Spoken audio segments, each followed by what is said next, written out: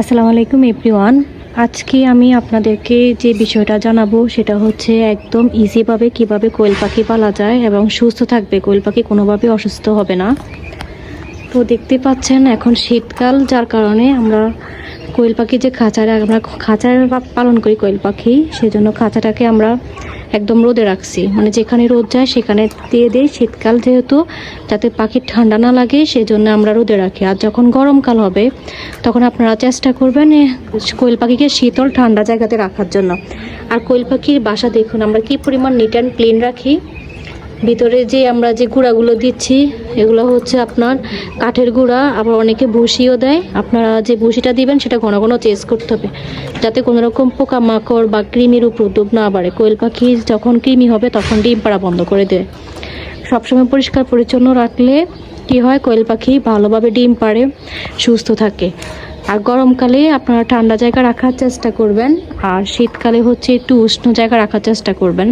এবং রাতে যখন শীতকালে আপনারা খাঁচার উপরে বা যে ঘরে রাখবেন সেই ঘরটাকে ডেকে রাখবেন, যাতে করে ওদেরকে ঠান্ডা ছুঁতে না পারে। আর বেশি চাপ দেওয়া যাবে না, যাতে আবার গরম গরম গরম লাগলে ওদের সমস্যা হয়ে যাবে। এমনভাবে রাখবেন যাতে শীতকালে ওদের উষ্ণ উষ্ণ গরমটা লাগে। এভাবে কোয়েল পাখিকে একদম ইজিভাবে পালন করলে কি হয়, এরা ভালো থাকে এবং খুব ভালো পরিমাণে আপনাকে ডিম দিবে। যারা বাসা বাড়িতে কোয়েল পাখি পালন করতে চান তারা জাস্ট এই দুইটা রুলস। প্রথমটা হচ্ছে ওদেরকে গরমকালে ঠান্ডা জায়গা রাখতে হবে, আর শীতকালে হচ্ছে ওদেরকে একটু রোদের মধ্যে রাখতে হবে। আর বিতর্গত যে ব্যাপারগুলো আছে ওদেরকে যেখানে রাখবেন সে জায়গাটা স্যাঁতস্যাঁতে হওয়া যাবে না, সেটা খুব পরিমাণ নিট অ্যান্ড ক্লিন রাখতে হবে, তাহলে ওরা ভালোভাবে ডিম পারবে।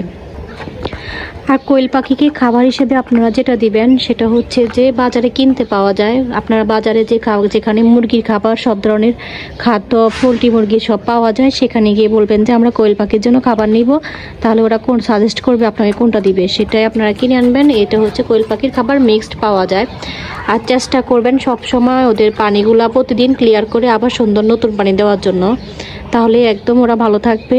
এই দুইটা। আর বাসা বাড়িতে যারা পালন করবেন তাদের জন্য দেখতেই পাচ্ছেন আমরা একটু খাঁচিতে প্রায় 9 থেকে 10টা পরিমাণ কোয়েল পাখি রাখা যায়। যতটা আকারে ছোট, তাই আপনার 9-10টা রাখা যায়।